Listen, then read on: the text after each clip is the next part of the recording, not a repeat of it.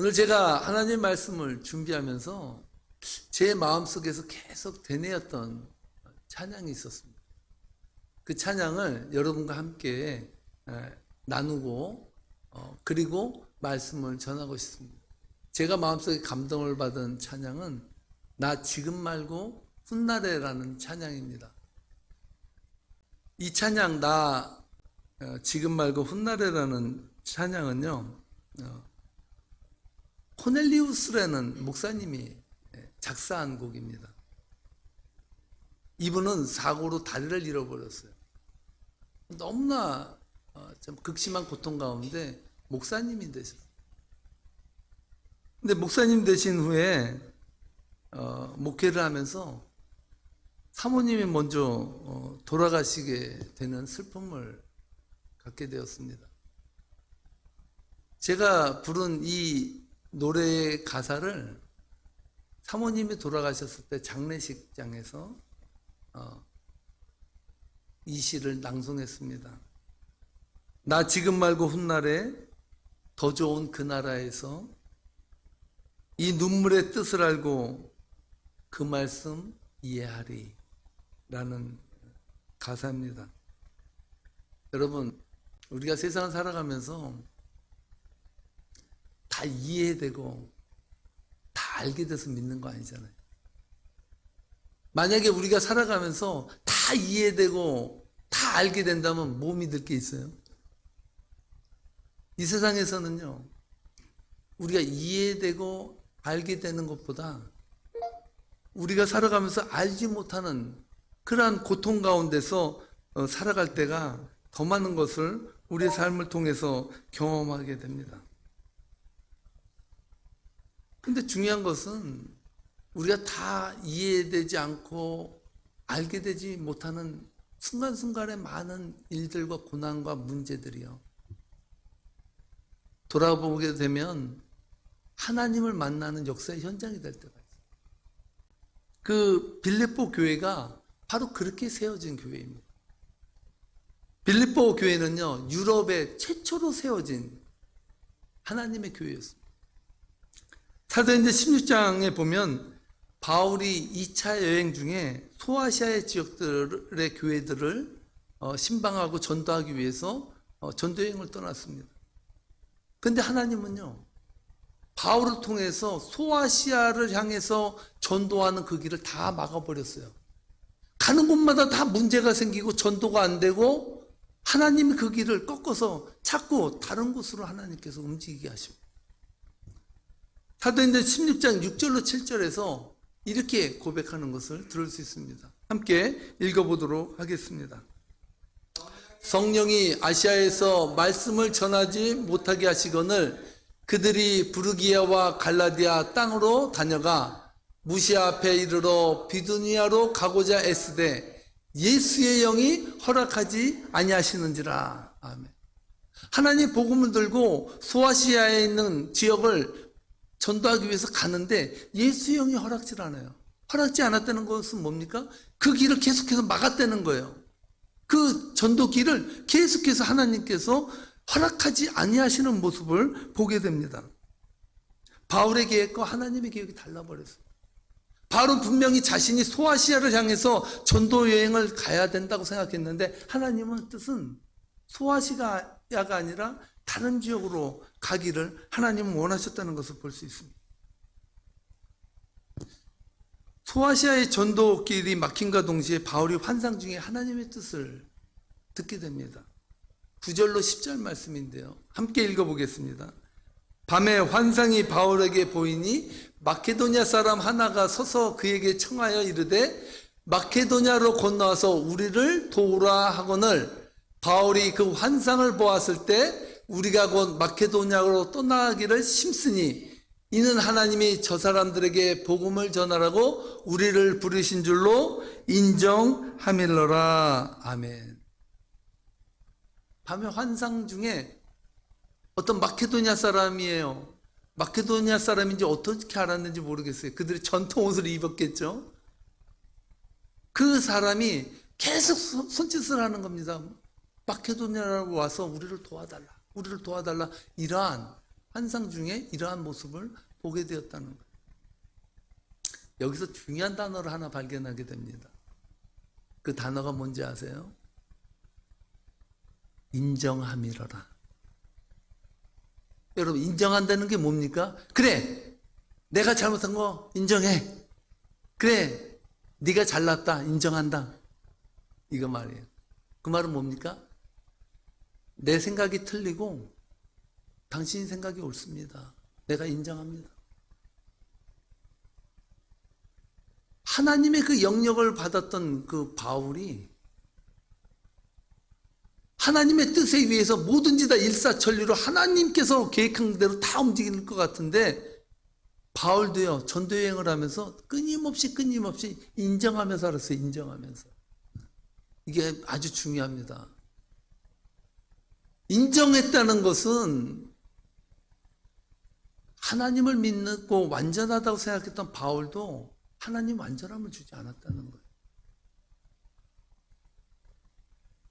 어떻게 보면 바울이 그 소아시아를 향해서 전도 여행길에 갔음에도 불구하고 하나님의 뜻은 변경해서 계속해서 갔다는 거예요. 여러분, 이걸 통해서 여러분 알 수 있는 것이 있어요. 뭔지 아십니까? 하나님은요, 우리를 로봇으로 지으지 않았어요. 오늘 집사, 오늘은 여기 가. 내일은 여기 가야 돼. 몇 시 몇 분? 지금 여기 가 있어야 돼. 우리를 하나님은요, 그렇게 다루지 않으세요. 다 뜻을 헤아리고 살아갈 수 없다는 거예요. 바울조차도 하나님의 계획이 어디에 있는지 다 알지 못했어요. 한 가지 분명한 것은 하나님의 뜻이 나를 이끌어 가신다라는 그 사실만큼은 분명했다는 사실입니다.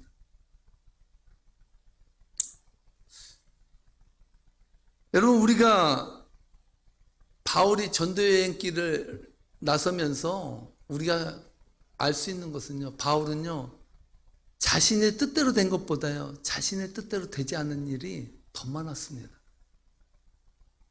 강도의 위협을 당했고요, 여러분도 알다시피 강의 위협도 받고, 바다에서는요, 배가 파선해서 나무 판자 하나 붙들고 간신히 살아남았을 때도 있습니다. 굶주리는 일은 다반사예요. 무엇 하나 바울이 전도여행길에 뜻대로 되는 것이 거의 없었을 정도로 바울은요, 극심한 고통과 굶주림과 어려움에 봉착하는 인생을 살았습니다. 여러분, 그렇다면 바울을 통해서 하나님께서 그를 고난으로 연단하면서 전도 여행길에서조차도 하나님께서 어려움을 주면서 그렇게 힘겨운 전도길을 계속하게 했던 그 이유가 무엇일까? 여러분, 하나님은 왜 바울을 그토록 하나님의 전도길에서도 그렇게 심하게 힘들게 고통 가운데서 다루셨을까요? 많은 사람들이 그럽니다. 바울은 능력이 있습니다. 바울은 많은 지식을 가졌습니다. 그는 무엇 하나 부족한 것이 없습니다. 이렇게 생각할 수 있어요. 근데 여러분, 하나님을 믿는데 세상적으로 알고 있는 지식이나 세상적으로 가지고 있는 능력이 여러분 걸림돌이 된다는 것 아세요? 하나님은 전도길에서 하나님의 복음을 전했지만 동시에 하나님 바울을 다루셨어요. 언제까지? 자기가 가지고 있는 고상하다고 생각하는 지식과 자기가 가지고 있는 대단하다고 하는 능력들이 하나님 앞에서 배설물이라고 느껴질 때까지 하나님 계속해서 바울을 다루는 것을 보세요.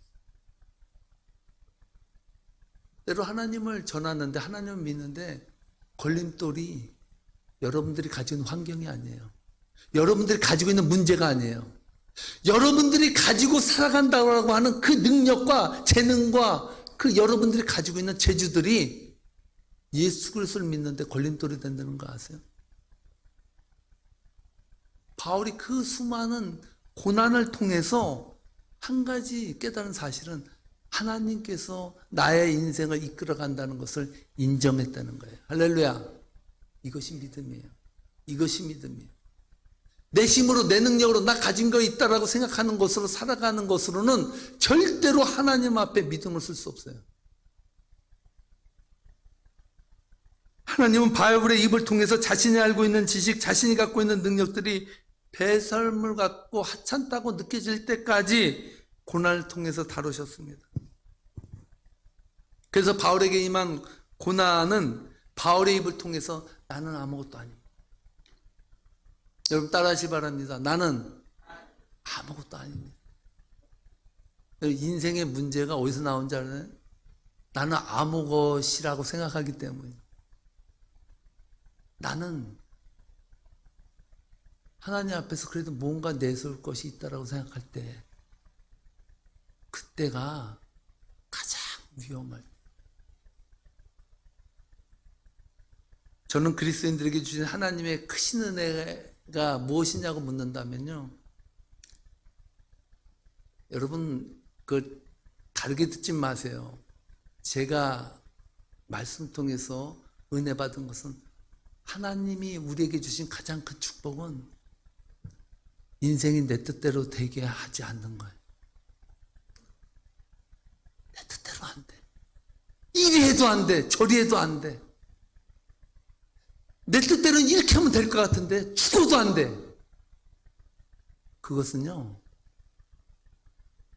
하나님 개입하기 때문에. 제가 말씀드렸잖아요. 바울의 전도길에 된 게 하나도 없다고. 어떻게 보면 바울은요, 전도 여행길에 살 소망까지 끊어졌다 그래요. 내가 도저히 하나님 이제는 못 살겠어요. 전도는 둘째치고 내가 죽겠습니다라고 하나님 앞에 고백할 때 한두 번이 아니었어요. 그때마다 하나님은 뭐라 그랬을 것 같아요? 전도 네가 하냐? 내가 하지? 네 입을 통해서 하는 게 전도가 아니라 내 영만 나타내는 게 전도다라고 하나님께서 말씀하신 거 아닙니까? 저는 그래서 여러분들에게 말하고 싶어요. 여러분 인생을 살아가면서 내 뜻대로 안 된 일들이 더 많습니까? 정말 나는 예수님 믿으면서 내 뜻대로 이렇게 되고 싶은데 안 된 게 있습니까? 감사하세요. 거기에는 놀라운 하나님의 은총과 능력이 있는 줄 믿습니다. 그래서 제가 나 지금 말고 훗날에 더 좋은 그 나라에서 그 뜻을 알고 그 뜻을 이해한다고. 여러분은 지금 인생을 살면서 왜 나에게 이런 고난이 왔는지, 내게 왜 이런 문제가 있는지, 예수님 안에 산다고 하면서 왜 내 뜻대로 풀리지 않는지 여러분들은 이해할 수 없어요. 그런데 한 가지 분명하게 내가 약속할 수 있는 것은 여러분들이 하나님의 나라에 가게 되면, 여러분들이 그 나라에 하나님 앞에 서게 되면 하나님께서 그 이유를 다 설명해 줄 거예요.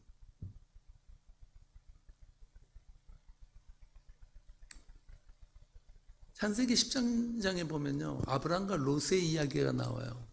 아브람과 롯이 함께 목축을 했는데 두 가문이 너무나 이 가축이 많아지는 거예요. 그래서 같이 살 수가 없어요. 그래서 아브라함이 말합니다. 야, 롯, 너랑 나랑 같이 살 수가 없다. 이제 우리가 헤어져서 살아야 될 것 같다. 네가 우쪽 편을 택하면 내가 좌쪽을 택하고, 네가 좌쪽을 택하면 내가 우쪽을 택할게. 그랬더니 롯이요, 얘가 아주 야근 사람입니다. 딱 보더니, 머리를 재더니 소할 땅, 물이 흐르고 비옥한 토지, 그게 눈에 탁 들어온 거예요. 그러니까 제가 소할 땅을 같이 차지하겠습니다, 이렇게 말했어요. 괘씸하죠. 아브라함이 볼 때. 그래? 그럼 너 그쪽 땅 가져. 세상에 볼 땐 축복이고 아름답고 좋은 땅이죠. 그런데 그 축복의 땅, 아름다운 땅에서 롯은요, 아내를 잃어버려요. 소금 기둥이 됐어요. 그 도시가 파멸됐습니다. 세상적으로 볼 때 여러분들이 풍요롭고 아름다운 땅이 그것이 축복의 땅이라고 생각하지 마세요. 축복은 하나님이 여러분과 함께 있는 자리입니다. 할렐루야.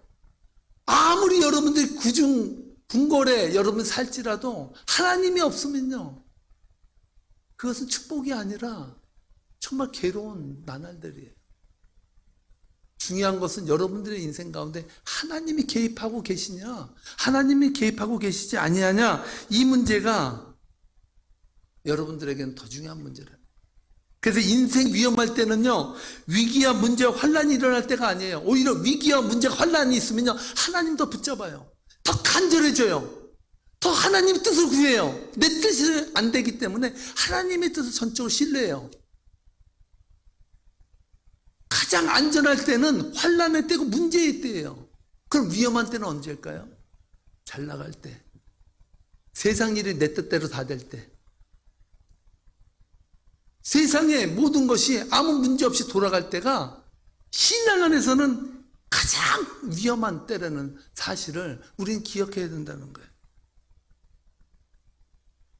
여러분, 극심한 고통과 고난 가운데 전도 여행길에서 바울이 가슴 깊이 새긴 단어 하나가 있습니다. 그 단어가 오늘 본문 말씀 1장 1절에 나와요. 우리 다 함께 1장 1절 말씀을 읽어보겠습니다. 그리스도 예수의 종 바울과 디모데는 그리스도 예수 안에서 빌립보에 사는 모든 성도와 또한 감독들과 집사들에게 편지하노니. 아멘. 여러분, 빌립보서 오늘 말씀의 첫 번째 나오는 단어가 뭡니까?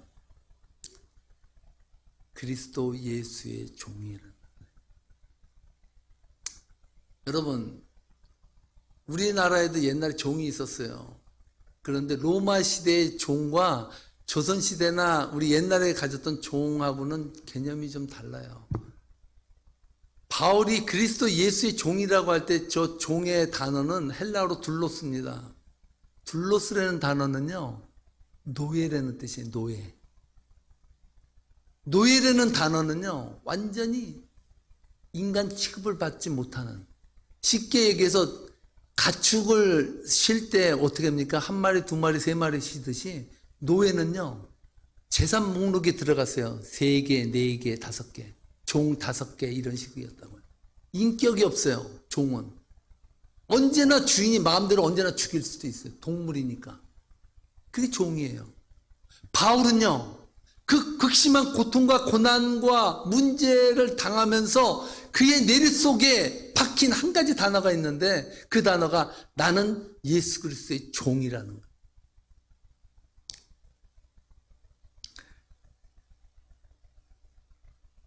참 겸손하고 믿음의 성도라고 생각되는데요, 목회자를 주의 종이라 그러잖아요. 그러니까 내가 주의 종이라 그러면 좀 약간 좀 낮게 비하는 말 같으니까 뭐라 그러냐면 종님 그러더라고요. 종님. 우리 주의 종님께서 그래요. 여러분, 종놈은 있어도 종님은 없습니다. 종에 님자를 붙이는 건 이상한 거예요. 목회자로 여러분 그리스도 예수의 종이라 그러잖아요. 나는 목회자가 어떤 분은 그런다 그래. 나는 예수의 종이지 니들 종이냐? 너희들 마음대로 해? 감히 그리스도의 종을? 종이에요. 그리스도 예수의 종이라는 뜻은요, 그리스도에 속한 예수의 노예가라는 뜻이 아니라 그리스도 예수의 종이 되기로 작정했기 때문에 모든 사람이 나는 종이다라는 선언이에요. 여러분, 목회자가 상처받는 게 언제 상처받는지 아세요? 대우 안 해줄 때예요. 저 집사 저 정도밖에 날 대우 안 해? 내가 저딴 식으로밖에 안 된다는 거지, 이렇게 생각을 해요. 저는요, 하나님 앞에 오늘 본문을 읽으면서 묵상하면서 저는 이런 생각을 가졌습니다. 하나님, 맞습니다. 저는 종놈입니다. 내가 종놈의 의식이 없어지면 그 다음에 주인의식이 생기는 거예요. 그러면 성도들을 위해 군림하게 되고요, 종으로 안 살아요.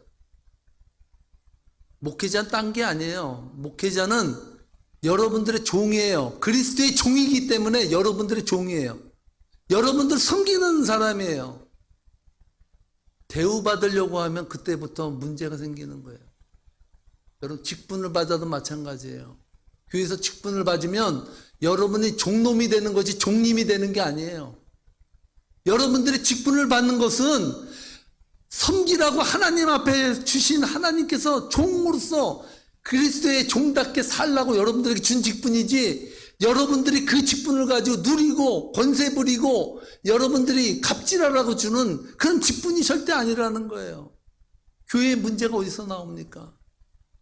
교회의 문제가 종놈이 아니라 종님이 되려고 그러니까 문제되는 거예요. 목회자도 마찬가지예요. 목회자 별거 아닙니다. 저는 하나님 앞에 기도하기는 하나님 저 아무것도 아니에요. 저는 아무것도 못합니다. 부족합니다. 하나님이 그저 쓰시는 자리에서 하나님 말씀을 전하는 종놈입니다. 그 의식이 사라질 때 제가 문제가 나오더라고요. 신앙이 떨어지고요. 시험 들고요. 되는 일이 없어요. 바울은요, 뼛속까지 자신은 종이라는 인식을 갖고 살았어요. 뼛속까지.